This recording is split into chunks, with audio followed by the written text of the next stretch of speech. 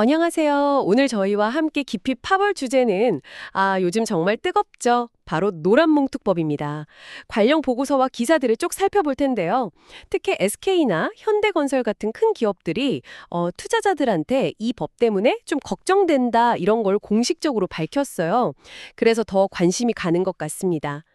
그래서 오늘 이 법이 뭘 바꾸는지, 기업들은 정확히 뭘 우려하는지, 또 앞으로 우리 산업 현장에는 어떤 영향을 줄지 한번 제대로 파헤쳐보겠습니다. 복잡하게 느껴지실 수 있는데 저희가 핵심만 딱딱 집어서 명확하게 이해하실 수 있도록 도와드릴게요. 네, 저도 관련 자료들 쭉 검토해 봤는데요. 이 노란봉투법의 주요 내용하고 또 이게 가져올 파급 효과, 특히 경영계나 노동계 시각이 좀 다르잖아요.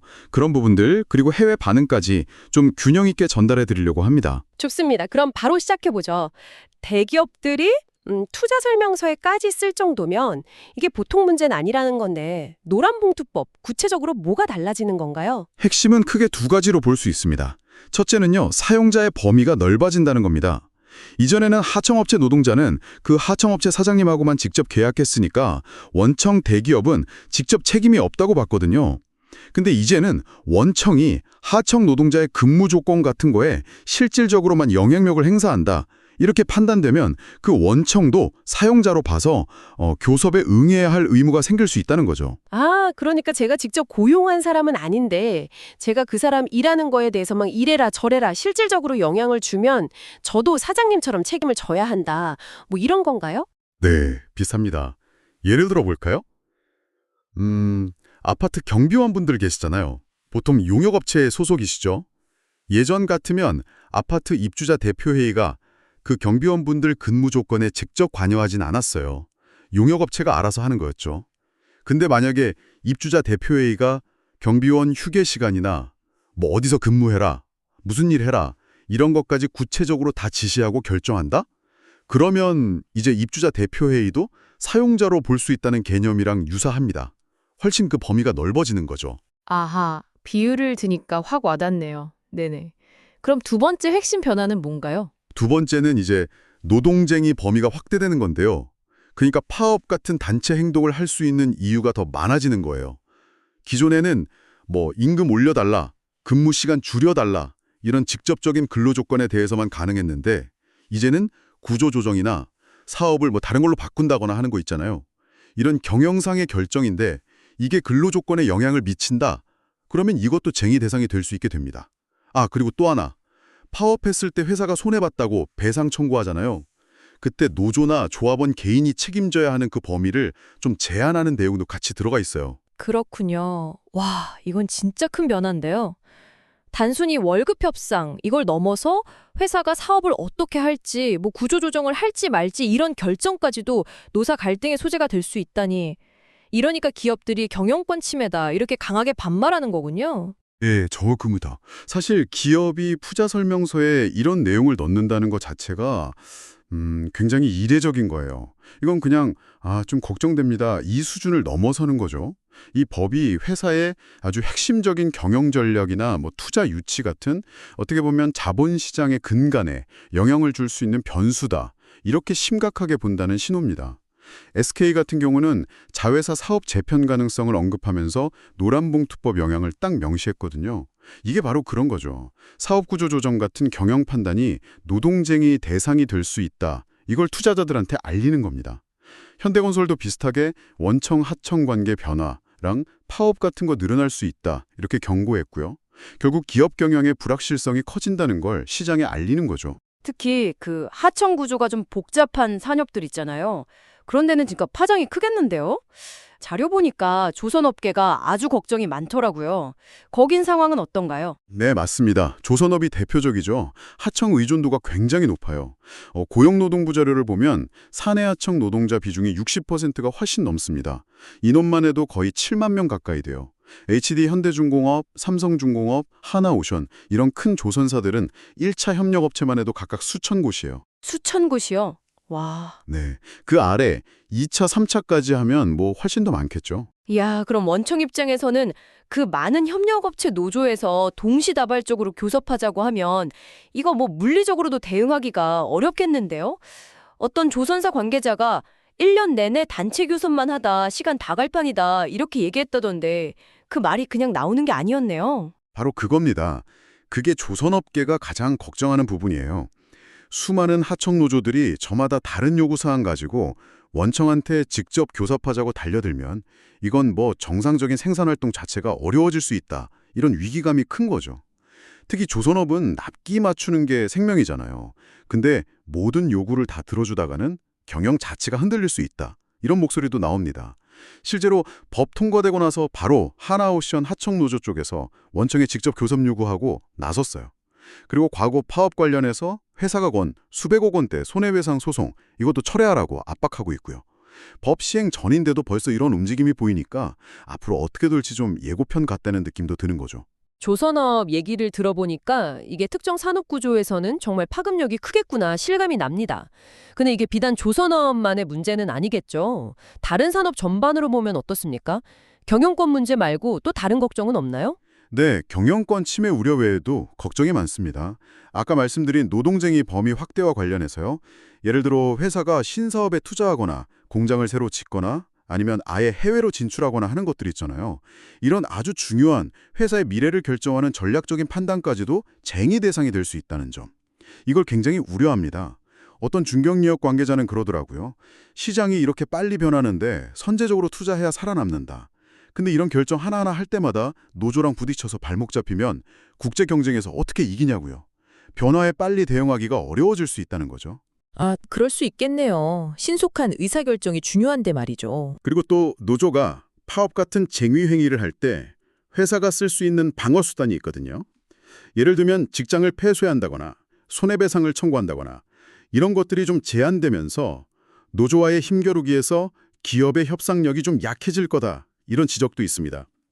특히 좀 뭐랄까 체력이 약한 중소협력업체들은 파업이 길어지면 정말 회사가 문 닫을 수도 있는 거 아니냐. 이런 불안감이 커요. 일부는 아예 생산기지를 해외로 옮기는 걸 심각하게 고민한다는 얘기까지 들립니다. 그리고 요즘 진짜 사장 나와라 이런 구호도 많이 들리던데 아예 그룹 총수나 모 회사 경영진을 딱 찍어서 교섭하자 이런 요구도 늘고 있다고요. 네, 그런 움직임이 법 통과 직후부터 눈에 띄게 나타나고 있어요.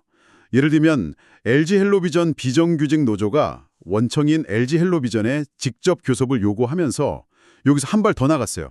아예 하청 구조 없애고 그 협력사들을 LG헬로비전의 완전 자회사로 만들어라. 이렇게 요구하고 있습니다. 진짜 사장 나와서 책임져라. 이거죠. 현대제철 노조도 마찬가지예요. 현대제철뿐만 아니라 현대차 그룹 경영진한테 직접 교섭하고 또 손해배상 소송 취하하라고 요구하면서 압박 수위를 높이고 있고요. 그리고 네이버 산하의 여러 자회사들이 있잖아요. 그 자회사 노조들이 연합해서 원청이 네이버 본사에 직접 교섭하자고 집회도 열었습니다. 이렇게 하청 노조들이 원청, 더 나아가서는 그룹 차원의 최종 결정권자한테 직접 요구하는 사례가 점점 늘어나는 추세입니다. 국내 상황도 이렇게 복잡한데 해외에서도 이 법에 대해서 뭔가 반응이 있다면서요? 그렇습니다. 특히 우리나라에 투자하고 사업하는 외국계 기업들의 반응을 좀 주목해 볼 필요가 있는데요. 주한 미국 상공회의소, 암챔이라고 하죠. 그리고 주한 유럽 상공회의소, ECCK, 여기서 공식적으로 우려 성명을 냈습니다. 아, 미국이랑 유럽 기업들이요? 네, 이 단체들은 노란봉투법이 한국의 투자 매력도를 떨어뜨릴 수 있다. 그리고 기업들의 글로벌 경쟁력을 약화시킬 수 있다 이렇게 지적해요. 암참 회장은 한국이 아시아 태평양 지역에서 비즈니스 허브 역할을 하려면 유연한 노동 환경이 중요한데 이번 법 개정이 미국 기업들이 한국에 새로 투자하거나 사업을 확장하는 결정에 좀 부정적인 영향을 줄 수 있다고 경고하기도 했고요. 심지어 ECCK 쪽에서는 만약 이 법안이 지금 내용 그대로 시행되면 일부 유럽 기업들은 한국 시장에서 철수할 수도 있다. 이런 가능성까지 언급하면서 법안 재검토를 아주 강하게 요구했습니다. 이런 국제사회의 시선은 특히 에이펙 정상회의 같은 큰 국제 행사를 앞둔 우리 정부 입장에서도 좀 부담이 될 수 있는 부분이죠. 법안은 통과됐지만 바로 시행되는 건 아니고 내년 2월 24일까지 6개월 유예 기간이 있잖아요. 이 기간 동안에는 어떤 논의가 진행될까요? 네, 경영계는 이 6개월을 어떻게든 활용하려고 할 겁니다. 아마 골든타임이라고 생각할 거예요. 정부, 노동계, 경영계가 참여하는 어떤 사회적 대화기구나 TF 같은 걸 만들어서 보완책을 마련하는 데 총력을 기울일 것 같습니다. 한국경영자총연회, 경총 같은 경제단체들은 기업 현장의 목소리를 다시 한번 모아서 최소한 경영권을 지킬 수 있는 장치는 꼭 필요하다. 이런 입장을 정부와 국회에 아주 강하게 전달할 것으로 보이고요. 손경식 경총회장도 얼마 전에 긴급 기자회견 열어서 법안 통과 과정에서 경영계 의견이 충분히 반영 안 됐다. 유감이다. 이러면서 이대로 시행되면 산업 현장이 정말 크게 혼란스러울 거다. 이렇게 경고하기도 했습니다. 그런데 원래 경영계에서는 유예 기간을 최소 1년은 달라고 요구했었잖아요. 6개월 안에 과연 모두가 좀 수긍할 만한 그런 보완책이 나오기 어려울 거다. 이런 시각도 많던데요. 네, 그게 참 어려운 숙제입니다. 특히 아까 얘기 나눴듯이 구조조정이나 해외 투자 결정 같은 정말 기업의 핵심 전략 활동까지 쟁의 대상이 될 수도 있다는 점은 굉장히 민감한 부분이거든요. 이렇게 복잡한 문제에 대해서 사회적인 합의를 이루고 또 구체적으로 어떻게 실행할지 세부 규정, 그러니까 시행령을 만드는데 6개월은 좀 짧지 않냐 이런 시각이 우세한 건 사실입니다. 결국 남은 유예 기간 동안에 기업들이 걱정하는 부분들을 어느 정도 해소해주고 또 산업 현장의 혼란을 최소화할 수 있는 좀 현실적이고 구체적인 시행령 지침이 나올 수 있을지 아니면 뭔가 추가적인 보완 입법 논의가 진전될 수 있을지 이게 관건이 될 것 같습니다. 네, 오늘은 최근 통과된 노란봉투법에 대해서 정말 깊이 있게 한번 파봤습니다.